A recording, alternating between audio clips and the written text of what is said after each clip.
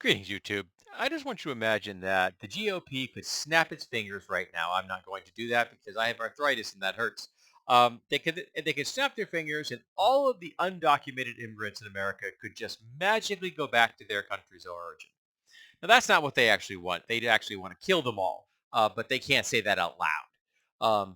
But let's just we're just gonna pretend that they're a kinder, gentle, or a variety of fascists. So they successfully get all those 20 million undocumented immigrants, which is a rough estimation, to go back to their countries of origin. Who's going to do that work? We already have incredibly low unemployment right now. And I'd like to point out that the jobs that undocumented folks do, because they don't have any option because they're undocumented, are jobs that Americans won't do. They've tried that. There have been people who have said, "Yeah, come on in. We'll pay you minimum wage, or heck, we'll pay you $15 an hour to come do this job," and people won't do it. Your average American simply will not bust their ass the way undocumented workers will.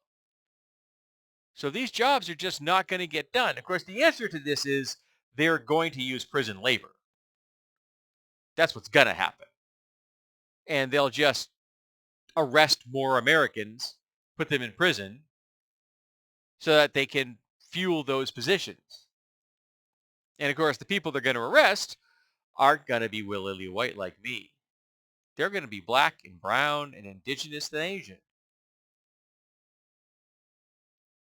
They won't couch it in those terms. They'll probably talk about how it's getting tough on crime. They'll just broaden the definition of what crime is. Even though that we are, on many metrics, a historically crime-free era at the moment, we actually have really low levels of violent crime at the moment, even though the GOP will tell you otherwise. They'll tell you how the murder rate in Chicago is really high when it's much, much higher in Louisiana than it is in Chicago. In fact, shootings tend to be much higher in red states, as well as infant mortality and maternal deaths during birth, and highest levels of crappy grades, and the states that use up the most tax dollars as opposed to paying in tax dollars. Blue states pay into the tax base. Red states take from the tax base. They don't want you to talk about that either. But they're just going to use prison labor. That's what I predict they're going to do. Because people don't want those jobs that the undocumented folks have. Now, I think every job should be a living wage, whether you're documented or undocumented. And remember, being undocumented in America is a goddamn misdemeanor. That's it.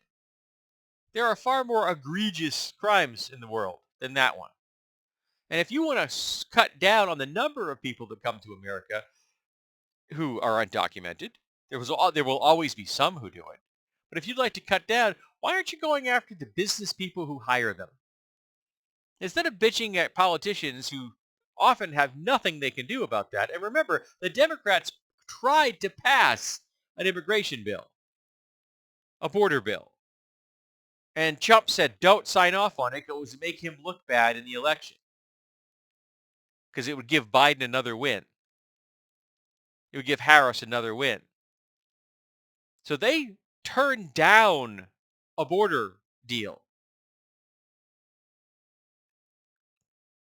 Maybe they don't really care about the border, huh? Maybe it's just a really good talking point.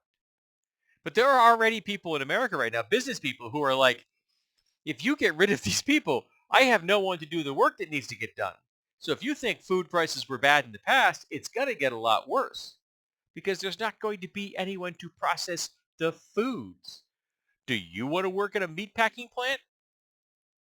Do you want to be in a field all day, every day, breaking your back, gathering up the produce and the fruits and such that need to go to the market so you can go home and make a salad? No, you don't. Most Americans don't. Particularly white Americans don't. So yeah, we're going to see higher prices. I predict we're going to see more people being thrown in prison to fuel the needs for jobs after these immigrants go away, because I think they're going to try to round them up. Though how, I don't know, because to the best of my knowledge, they haven't figured out how they're going to fund it. They haven't figured out where they're going to put them. And I would like to point out that when the Nazis had the concentration camps originally, because it was about isolating, they didn't start killing people right away. It's when they couldn't fund it, it's when they couldn't supply them that they realized it was much easier if they just came up with a final solution to the problem. The problem being, of course, we don't want these people alive. And if you think it's horrible that I'm making comparisons of the current GOP with the Nazi party of the 1930s, tough, because the parallels are starkly present for anyone that isn't blinded by the red cap brims. So we're going to lose a lot of people to whether they go away to other countries or they go away because they go into an oven. We don't know. But there's going to be lots of jobs that aren't going to get done. Food prices are going to go up. And there's going to be prisoners turned into slaves.